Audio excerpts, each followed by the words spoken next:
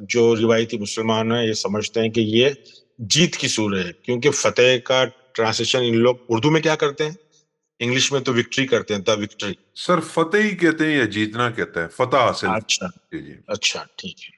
اللہ کی مدد کب پہنچتی ہے؟ سوال یہ ہے کہ اللہ کی مدد کب پہنچتی ہے.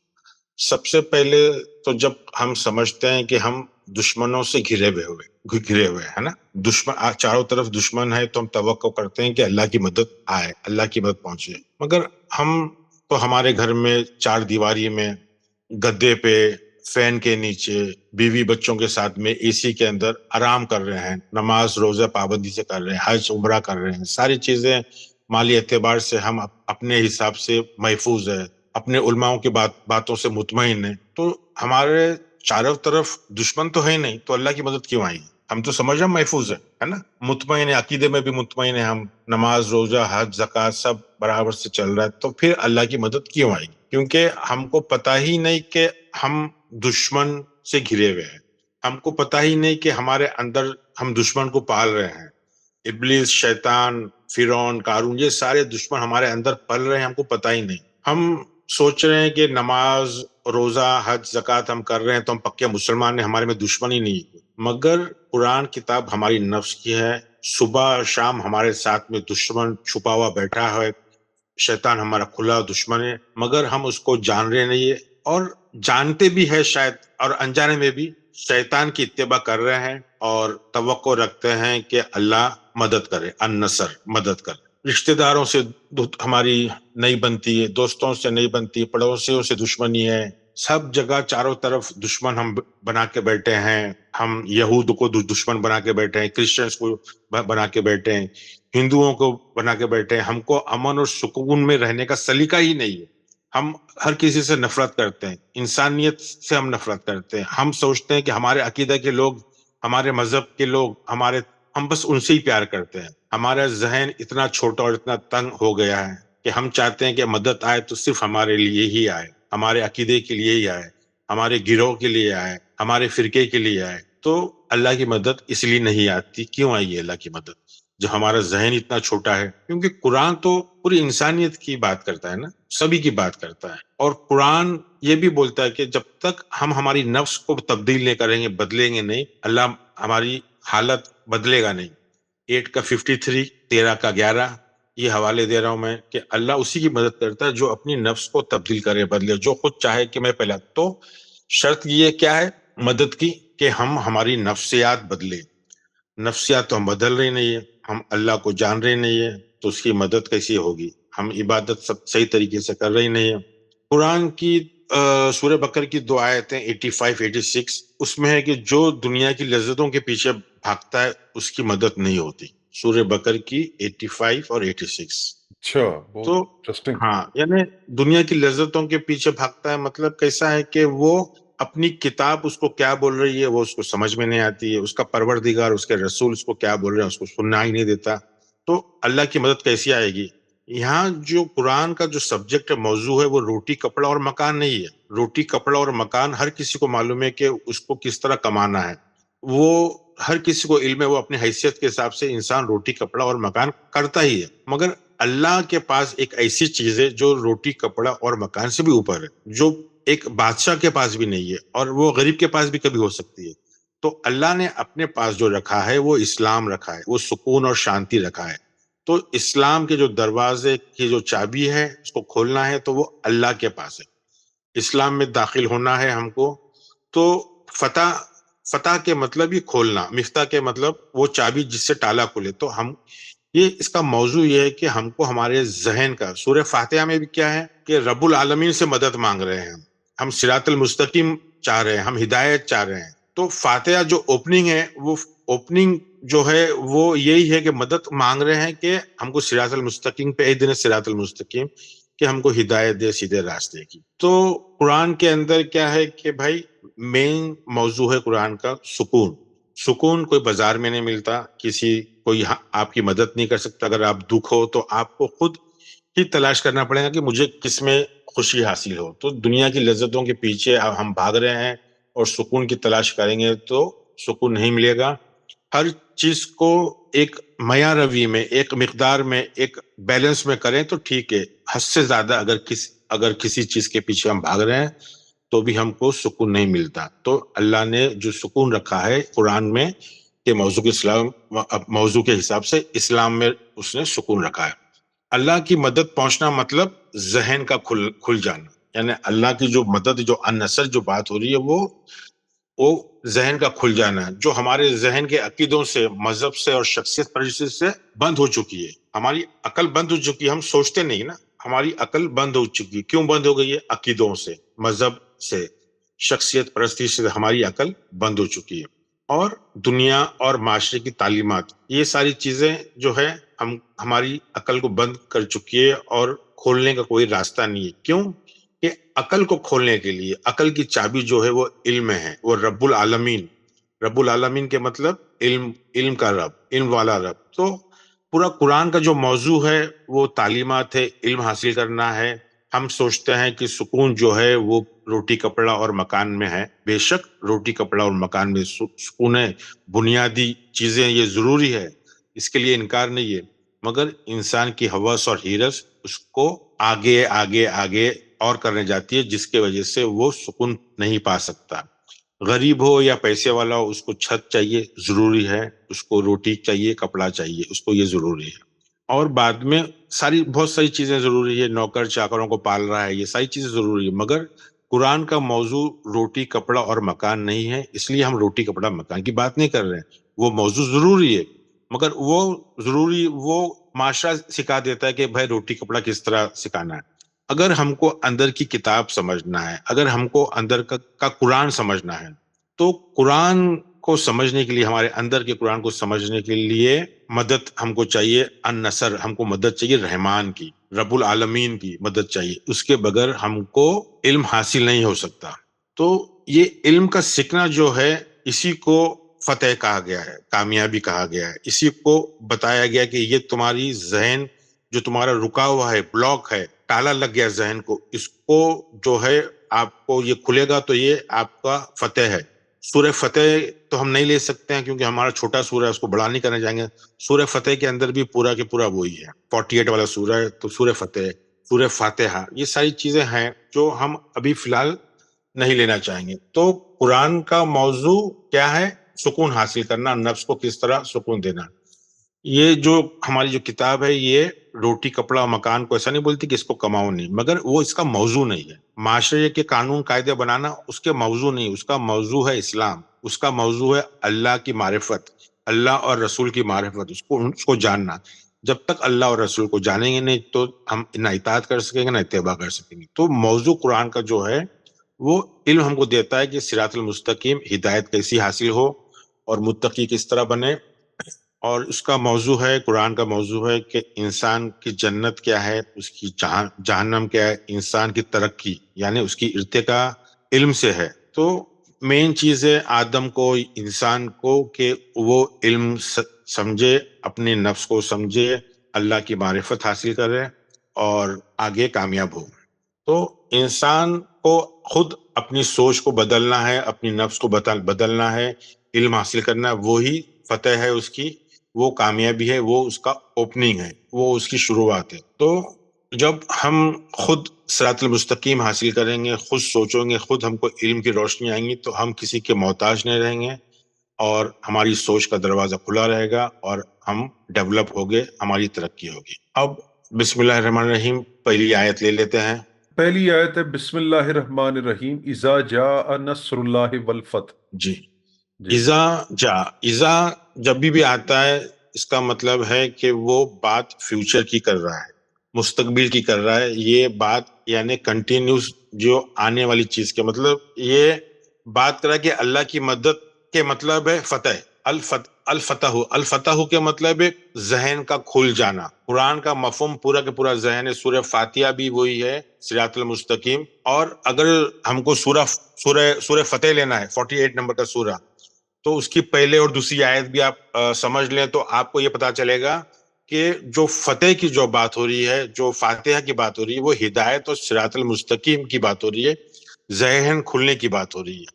تو حقیقی فتح کیا ہے؟ جو رب العالمین کی طرف سے ہے, جو رب کے منظوری کے حساب سے جو علم ملتا ہے ہم سے, وہی ہماری حقیقت میں مدد ہے. نصر جو نصر جو ہے, جو نصر ہے, وہ مین چیز یہ ہے, مدد جو ہے ہماری علم کی مدد کو ہی قرآن نے سب سے بڑی امداد, سب سے بڑی مدد بولا ہے. اور فتح کے مطلب ہے فتح مکہ. فتح مکہ کیا ہے؟ ہمارے ذہن کے اندر ایک مکہ ہے جس میں بدھ, ہمارے بدھ ہے, جو ہم کو سوچنے نہیں دیتے, جو ہمارے کو رکاوٹ کرتے ہیں, جو ہمارے کو بندش ڈال کے رکھے ہیں, ہماری سوچ کو, عقل کو. تو فتح مکہ مطلب ہمارے اندر کا جو مکہ ہے اس کے بودوں کو توڑنا, وہ فتح حاصل کرنا, مطلب اس کو اوپن کرنا, اس کو کھول دینا جو ہمارے بودوں کو ہے.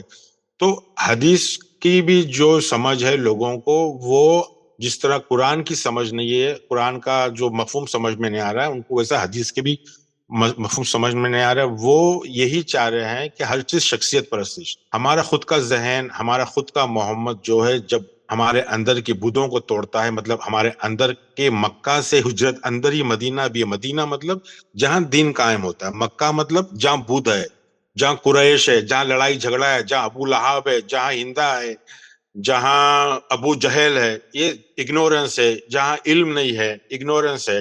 جہاں غصہ ہے, لڑائی جھگڑا ہے, وہ مکے کو فتح کرنا ہے, مطلب اپنے اندر کے مکے کو فتح کرنا ہے. یہ بات ہو رہی ہے کہ ہم کو مدد کب آئے گی, اللہ کی مدد. اللہ کی مدد کیا چیز ہے؟ جب ہم فتح کریں گے. فتح مطلب ہم, اردو کا فتح نہیں, یہ عربی کا ہے. اس کا مطلب ہے کہ جب ہم ہماری سوچ کو, عقل کو کھولیں گے. الفتح لکھا ہوا ہے, تو ال کے مطلب یہ ہے کہ ایک کچھ خاص خصوصی بات ہو رہی ہے اوپننگ کی. ٹھیک ہے, سیکنڈ آیت لے لو. جی سر, سیکنڈ آیت ہے وَرَأَيْتَ النَّاسَ يَدْخُلُونَ فِي دِينِ اللَّهِ أَفْوَاجًا. تو یہ وہی جو آیت ہیں, اس کو فتح مکہ سے جوڑتے ہیں کہ بھائی فوج کے فوج مسلمانوں کی داخل ہوئی, سمجھے. یہاں بات ہو رہی الناس کی. الناس بولے تو ترجمہ کرنے والے الناس کو ترجمہ کرتے ہیں کہ پوری انسانیت. اگر ترجمہ کرنے والوں کے حساب سے سوچے تو پوری انسانیت میں دین میں داخل کون ہوا؟ تھوڑے سے لوگ مکہ کے, تھوڑے سے مدینہ کے. یہاں الناس بات ہو رہی ہے. تو وہ کوئی بڑی بات نہیں ہوئی. پوری دنیا کے اندر دو چھوٹے چھوٹے حصے, خطے, ایک مکہ اور مدینہ, اس میں سے بھی مدینہ کے کچھ لوگ, مکہ کے لوگ دین لے کے آ رہے. تو یہ وہ تاریخی واقعات سے حقیقی واقعات ہے یا جھوٹی کہانی, پتہ نہیں, اس سے اس کو جوڑ دیا, اور اس کو یعنی ایک تاریخ سے جوڑ کر کے آیتوں کے معنوں کو محدود کر دیا, مقصد فوت کر دیا نا. ہاں. مگر ہم الناس کے مطلب لیتے ہیں مشتعل ذہن, ایجیٹیٹڈ مائنڈ. ہاں, مشتعل ذہن. مشتعل ذہن جو ہے وہ دین میں داخل ہو رہا ہے. دین کیا ہے؟ اسلام. تو یہ بات ہو رہی ہے مشتعل ذہن جو ہے وہ دین میں داخل ہو رہا ہے, اور اس کی جو سوچ میں, وہ سوچ اس کی اتنی کھل گئی ہے, فتح اتنا کھل گیا, اس کی سوچ اتنی کھل گئی ہے کہ جھونڈ کے جھونڈ اس کے اندر جو ہے, اس کی سوچ جو ہے سلامتی کی سوچ, سکون کی سوچ اس کے اندر داخل ہو رہی ہے. تو اس کا جو مشتعل ذہن ہے وہ دین میں داخل ہو رہا ہے. فوج کا مطلب جو ہے, فوجن جو ہے, افواجن.